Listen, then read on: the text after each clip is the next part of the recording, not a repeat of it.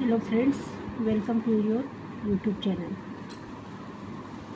Today I will teach you exercise of lesson 8, Afraid of the Dark. See this question. यहाँ पे आपको true and false लिखना है, not true और true.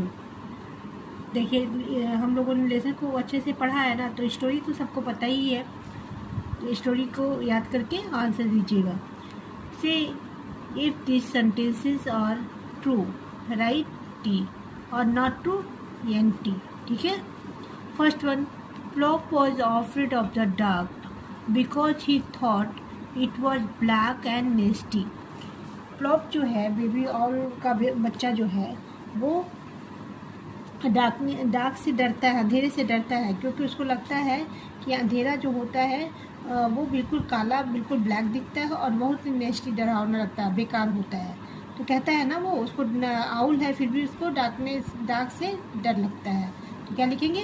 True. First one true. Second see, Plop made a smooth landing on the ground when he flew out of his nest hole. जब वो अपने nest whole से नीचे आता है, तो जब उसकी मदर भेजती है कि जाके नीचे देखो, लिटिल बॉय खड़ा है, उससे बात करो, निकलोगे इससे अपने घोंसले से बाहर तो तुमको अच्छा लगेगा, डार्क में भी तुमको, अंधेरे में भी अच्छा लगेगा. तो जब वो नीचे उतरने की कोशिश करता है तो सीधा गिर जाता है, सीधे आके अच्छे से लैंडिंग करता है तो उतर जाता है नहीं, लड़खड़ाता है ना. तो क्या कह रहा है? Flop made a smooth landing on the ground when he flew out of his nest hole. तो नहीं, ये नॉट ट्रू होगा, क्योंकि अच्छे से ग्राउंड पे नहीं उतरता है. Third one, you see, Plop wanted to watch the firework in the dark after talking to the little boy. Ready हो जाता है ना छोटे बच्चे से बात करने के बाद. वो छोटा बच्चा बताता है ना कि हमको डार्कनेस बहुत एक्साइटिंग लगता है, बहुत अच्छा लगता है, क्योंकि आज हम लोग फायर वर्क करेंगे और जब रात में फायर हम लोग मतलब क्रैकर्स जलाएंगे तो बहुत अच्छे अच्छे हम लोग को साउंड भी सुनाई देंगे और उसमें से जो स्पार्कल्स गिरेंगे, जो लाइट निकलेगा, वो सब देख के बहुत अच्छा लगेगा. कहता है ना वो बच्चा, तो एग्री हो जाता है ना प्लॉप उसके साथ देखने के लिए. तो ये भी होगा true. Fourth one, you see, Plop's father was not amazed to see how Plop knew so much about the fireworks. Plop का फादर आश्चर्यचकित नहीं होता, अमेश में से आश्चर्यचकित हो जाना कि फ्लॉप को फायरवर्क के बारे में इतना ज़्यादा कैसे पता चलता है. होता है ना आश्चर्यचकित, क्योंकि वो उस बच्चे से जानता रहता है, लेकिन उसके फादर को नहीं पता चलता है कि वो इतना बात करके आया है फायरवर्क के बारे में. तो उसका फादर भी बिल्कुल आश्चर्यचकित रह जाता. तो ये भी हो जाएगा not true. Fourth one not true. Fifth one, you see, Plop enjoyed watching the firework with his parents. तो देखते हैं ना प्लॉप जो आउल का बच्चा है वो अपने पेरेंट मतलब अपने मदर एंड फादर के साथ Mr Brown and Mr Brown के Mrs Brown and Mr Brown के साथ बैठ के देखता है ना, जो फायरवर्क को लिटिल बॉय करता है अपने पेरेंट्स के साथ. तो ये हो जाएगा fifth one true. Then you see exercise B. यहाँ पे मैंने कराया है afraid of the dark. Question answer C, answer the following questions. इस क्वेश्चन आंसर में सबसे बड़ी बात जानते हैं क्या है? नॉर्मल क्वेश्चन आंसर जैसे नहीं है. पहले एक आपको लाइन आपकी स्टोरी से दे रहा है, उस पर बेस्ट कई क्वेश्चंस पूछ रहे हैं. ठीक है. जैसे यहाँ देखिए आपकी बुक में दिया है ना, एक लाइन दिया हुआ है, from your story one lines, You cannot be afraid of the dark. Owls are never afraid of the dark. ये कौन कहता है? पूछेगा इस पे बेस्ट, इसको इस लाइन पे बेस्ट 3 क्वेश्चन पूछ रहा है. 3 क्वेश्चन से आस्क कर रहा है ना. देखो, हु सेड दिस वर्ड्स, ये लाइन कौन बोला है? Who was afraid of the dark, darkness से कौन डर रहा है? And C, why did the speaker say that owls are never afraid of the dark. तो 3 क्वेश्चन है, इसी पे बेस्ड है. ठीक है. तो स्टोरी हम लोगों ने अच्छे से रीड किया है, तो मैं इसका आंसर आप लोगों को 1 by 1 देती जाऊंगी. ठीक है. See first question, you can not be afraid of the dark, owls are never afraid of the dark. क्योंकि आउल्स को डार्क से डर नहीं लगना चाहिए, क्योंकि पता है ना कि उल्लू को दिन में नहीं, रात में अच्छे से दिखाई देता है. वो बर्ड ही होती है किसकी? डार्कनेस की बर्ड ही होती है, उनको रात में ही अच्छे से दिखाई देता है. तो पहला क्वेश्चन है, हु सेड दिस वर्ड्स, ये वर्ड्स किसने कहा है? तो आंसर है सीधे आपका Mrs Brown Owl said this words. आपको सिर्फ मिसेस ब्राउन आउल याद करना है, बाकी सब आपको क्वेश्चन से ही मिल जाएगा। लिखने के लिए आंसर सही है ना।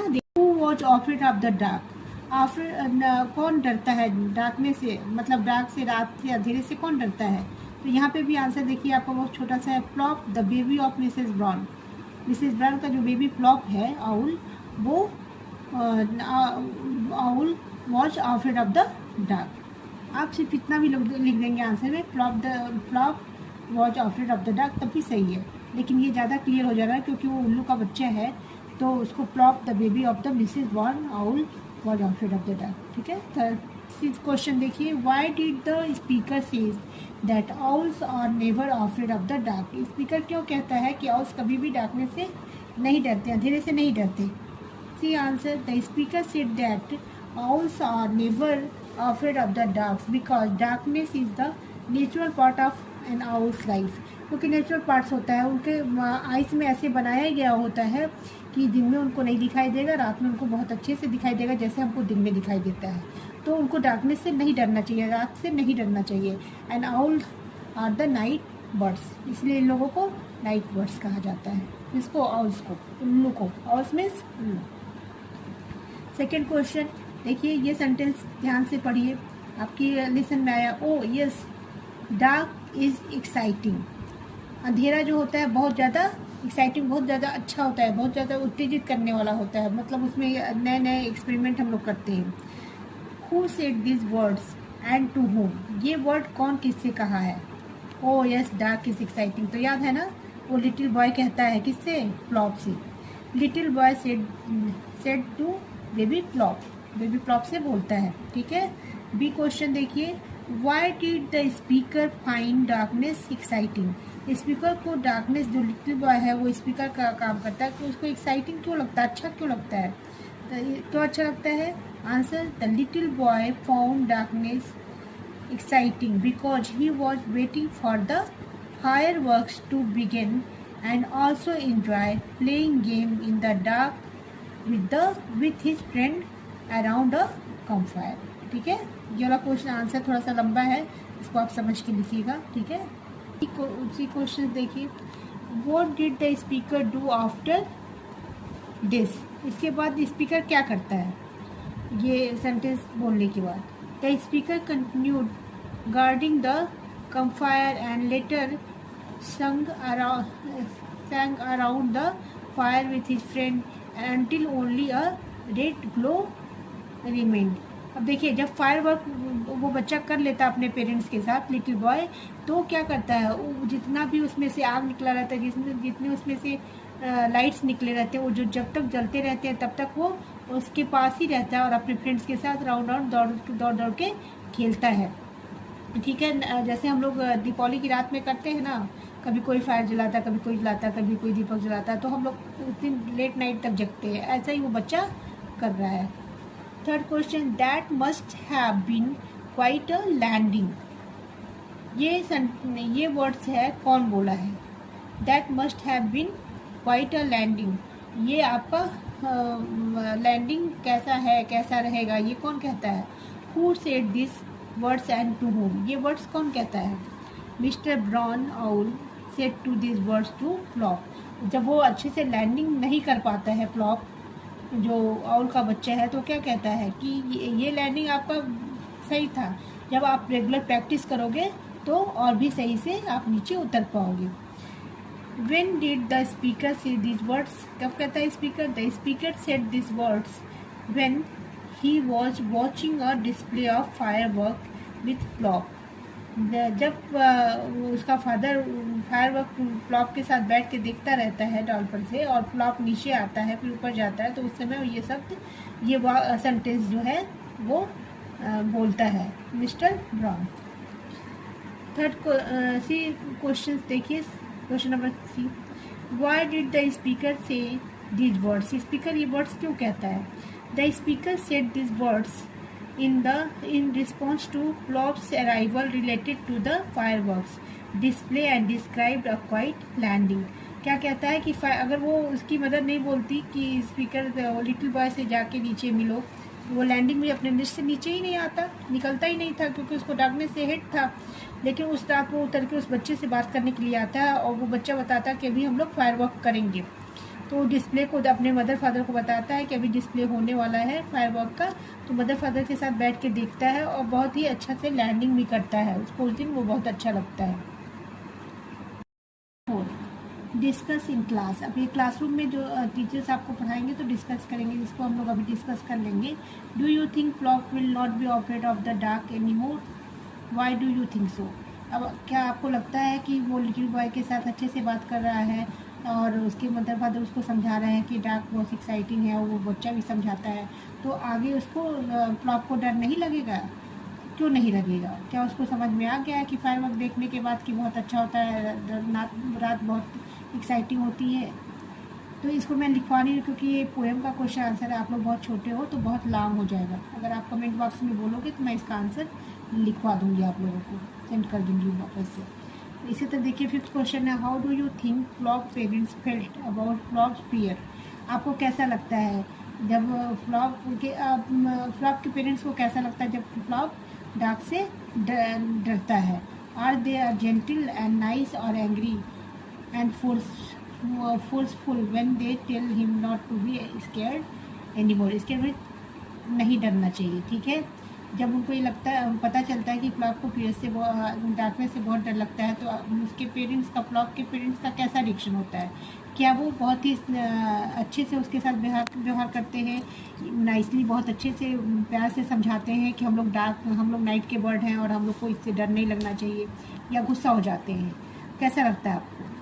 नहीं डरने के लिए उसको कैसा रिस्पॉन्स करते हैं? प्यार से समझाती है उसकी मदर ना प्यार से कि जाओ लिटिल बॉय के साथ नीचे जाके बातें करो, जब तुम अपने घोंसले से बाहर निकलोगे तो तुम्हें बहुत अच्छा फीलिंग आएगा, तब लगेगा कि रात कितनी एक्साइटिंग होती है, डार्कनेस कितना एक्साइटिंग होता है।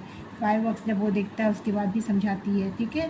तो ये आंसर्स मैं अपने से आप लोगों को अगर कमेंट बॉक्स में ज़रूरत होगा तो लिख दूँगी, लिख के आप लोग कमेंट बॉक्स में पूछिएगा, बताइएगा तो मैं लिख दूँगी, ठीक है। आगे का एक्सरसाइज मैं कंटिन्यू कर देती हूँ। Study this.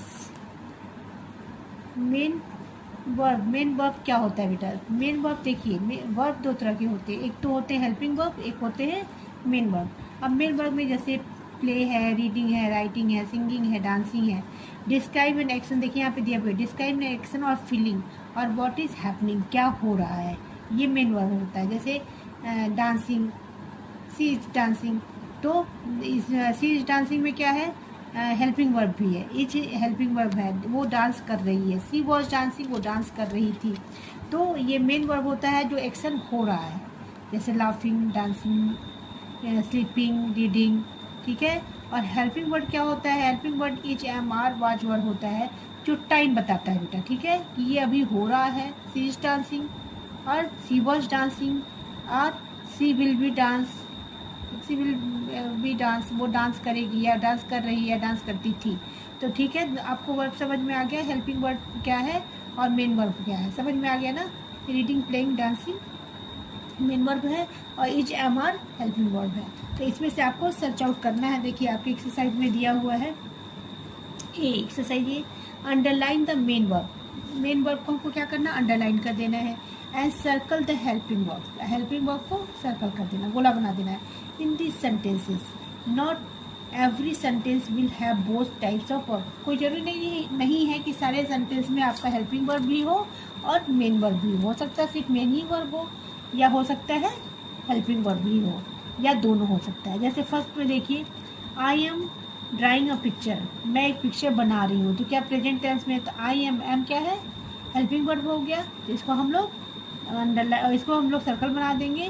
और ड्राइंग मतलब ड्राइंग कर रहा है, पेंटिंग ड्रॉ कर रहा है किसी पिक्चर को, तो ये हो गया मेन वर्ब, इसको हम अंडरलाइन कर देंगे। Second one you see, grandfather climbed a tree yesterday. अब देखिए ये क्लाइम्ड क्या है, मेन वर्ब है। ग्रैंडफादर कल पेड़ पर चढ़े थे, तो इसी में क्लाइम ना लिख के क्लाइम लिख दिया, चढ़े थे, पास्ट टेंस हो गया है। तो यहाँ पे आपका हेल्पिंग वर्ड कहाँ है, वॉज नहीं है, ठीक है, तो इसको हम अंडरलाइन कर देंगे। यहाँ पे सिर्फ क्या है, मेन वर्ब है। समझ में आ रहा है मेन वर्ब क्या है, क्लाइम एक एक्शन हो रहा है ना, चढ़ने का, पेड़ पे चढ़ने का। Third one you see, the train is leaving the station. Train जो है, अब देखिए यहाँ पे ट्रेन इज है, यानी कि ट्रेन अभी अभी स्टेशन को छोड़ी है। लिविंग मीन्स छोड़ दी, चल दी, छोड़ने का मतलब चल दी, ट्रेन अभी तुरंत चली है। तो इसमें दोनों वर्ब है, हेल्पिंग वर्ब भी है और मेन वर्ब भी है। हेल्पिंग वर्ब क्या है? इज, और मेन वर्ब क्या है? लिविंग। इसमें एक्शन हो रहा है ना, छोड़ने का, स्टेशन से निकलने का। Fourth one, you see they are doing their homework. अब देखिए यहाँ पे दे आर क्या हो गया? हेल्पिंग वर्ब, और डूइंग कर रहे हैं, क्रिया हो रही है ना, काम हो रहा है ना, तो हेल्पिंग वर्ब आर है और डूइंग क्या है? मेन वर्ब है। तो आर को हम सर्कल कर देंगे और डूइंग को अंडरलाइन कर देंगे। Fifth one, you see is sleeping now. वो अभी सो रही है। इज है ना, अगर वाज रहता सो रही थी, तो हेल्पिंग वर्ब को सर्कल कर देंगे और मेन वर्ब क्या है? स्लीपिंग, सोने की क्रिया हो रही है ना, तो यहाँ पे हम अंडरलाइन कर देंगे। 6 one, you see Nimi and Neetu are fighting. अब देखिए यहाँ पे निमी और नीतू तो हो गया आपका नाउन, दोनों नाम है, एंड हो गया कंजक्शन। अब आर क्या हो गया? हेल्पिंग वर्ब हो गया। दोनों लड़ रही है, फाइटिंग, लड़ने की क्रिया हो रही है। मेन वर्ब क्या हो गया? फाइटिंग, क्या हो रहा है? लड़ाई हो रहा है। तो आर को सर्कल कर देंगे और फाइटिंग को अंडरलाइन कर देंगे। समझ में आ गया? 6 exercise B, complete the second sentence in each pair with am is are. Am is are का प्रयोग करना है। अब सेंटेंस को पढ़ने के साथ ही हम लोग को आइडिया तो हो जाता है बेटा ना। देखिए अब जैसे पढ़ेंगे, माला हैज़ टेस्ट टुमारो। माला का टेस्ट टुमारो मतलब कल होने वाला है, आज नहीं हो रहा है, कल होगा। टुमारो मीन्स अगर स्टडी रहता तो हो चुका होता। सी इज स्टडिंग रियली हार्ड। वो बहुत कठिन परिश्रम कर रही है, यानी बहुत उससे परिश्रम कर रही है कि हमको टेस्ट में अच्छा नंबर पाना है। तो क्या लगाएंगे? इज, क्योंकि कल होगा, हो रहा है, वो पढ़ रही है, पढ़ने की क्रिया चल रही है। Second one, I can not go to school. मैं स्कूल नहीं जा सकता टुडे। क्यों?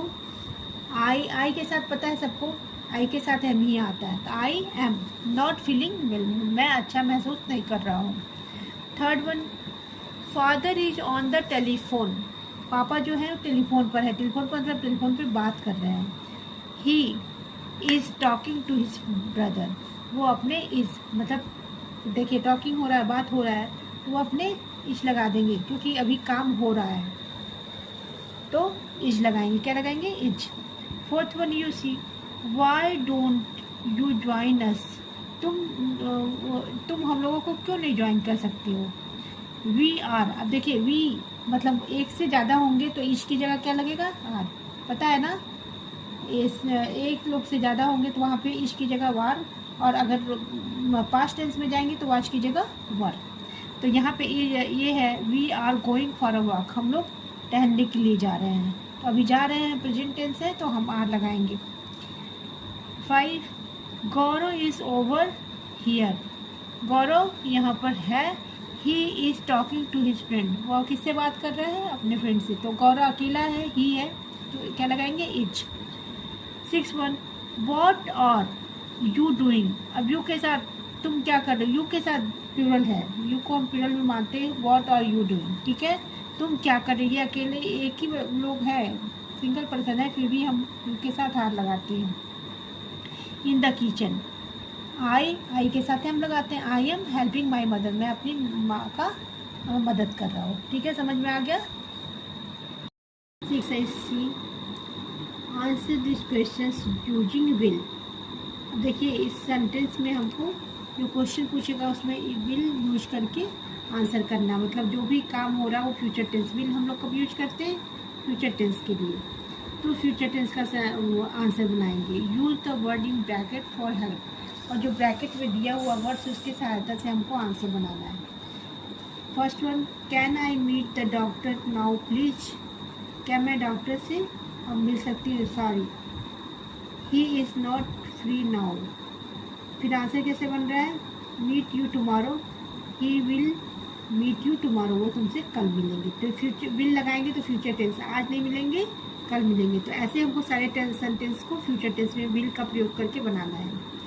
Second one, has Babu finish the painting, क्या बाबू पेंटिंग फिनिश कर चुका है? नो, ही हैज़ नॉट, उसने नहीं फिनिश किया। He will finished, he will finished in 10 days, 10 दिनों में वो उसको फिनिश कर लेगा। अभी किया नहीं है, ये भी फ्यूचर टेंस, अभी नहीं किया है, फ्यूचर में करेगा। Third, are all the actors in the play here, जितने भी एक्टर्स इसमें हीरो हीरोइन है वो क्या यहाँ पे आ गए हैं? Yes, some are here and the others will here soon, और बाकी जितने हैं वो भी जल्दी इधर आ जाएंगे। Fourth one, is Amiya going to Gangtok, क्या अमिया गैंगटोक जा रही है? Yes, she will go next week, वो अगले सप्ताह जाएगी। कब जाएगी? अगले सप्ताह, इन फ्यूचर, फ्यूचर टेंस में हो गया ना। 5, how will they go to Chandigarh from Agra, ठीक है। तो आंसर हम लोग क्या लिखेंगे? They will go to Chandigarh from Agra by bus, ठीक है। 6 1, do you think it will rain? On the news they said it will rain heavily, ठीक है, विल रेन हैवली, तेज बारिश होगी, अभी नहीं हो रही है लेकिन होगी।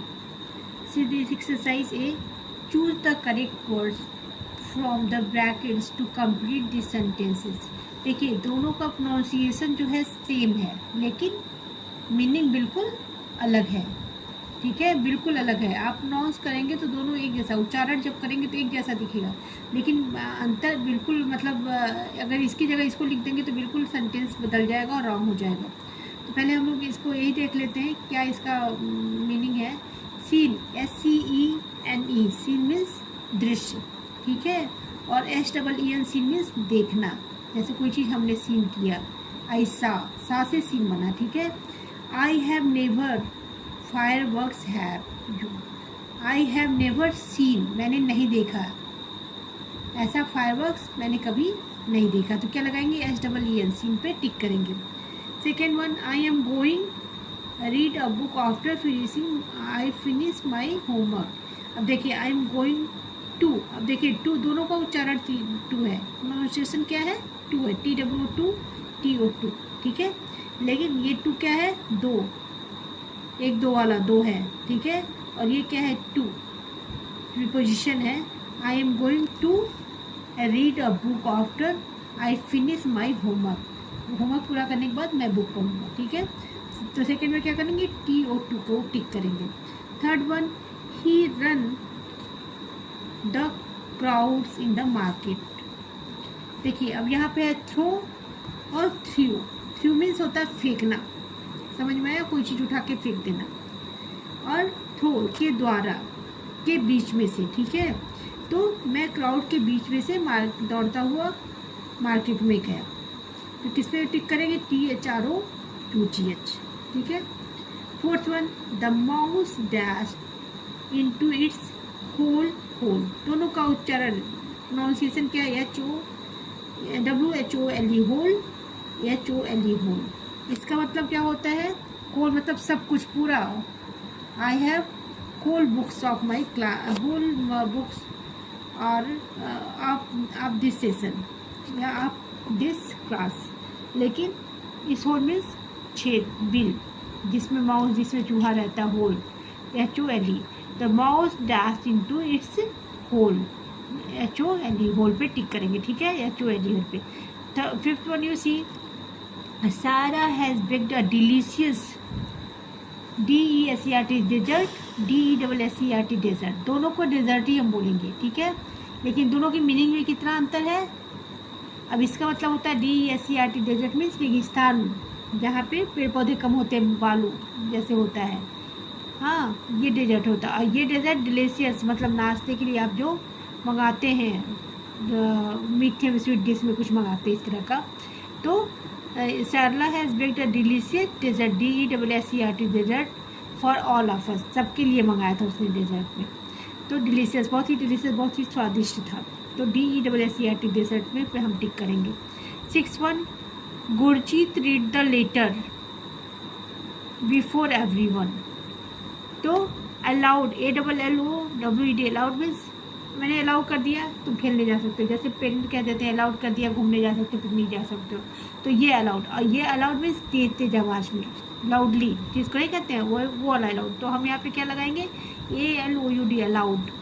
खुर्जीत read the letter aloud before everyone, सबके सामने लाउडली, बहुत तेज से पढ़ा। तो इस ALOUD, अलाउड पे टिक करेंगे। 7, the door always when we try to pull it open, जब भी हम खोलने की कोशिश करते हैं दरवाजे को, क्रिक्स, CREEKS, क्रिक्स, और CREAK, क्रैक्स। क्रिक्स दोनों का उच्चारण सेम ही हो रहा है, क्रिक्स क्रिक्स, लेकिन इस क्रिक्स मीन्स आइसलैंड में जो बहाव पानी का तेज होता है उसको ये क्रैक्स कहते हैं। और ये क्रिक्स मीन्स आवाज़ करता है, चा चू चू का आवाज़ नहीं दरवाज़ा कभी कभी करता है, स्पेशली रेनी सीजन में। जब वो बंद करो खोलो तो वो खुल जाता है ना, जैसे एयर की वजह से बहुत नमी हो जाती है। तो यहाँ पे हम क्या लगाएंगे, CREAK, क्रिक्स।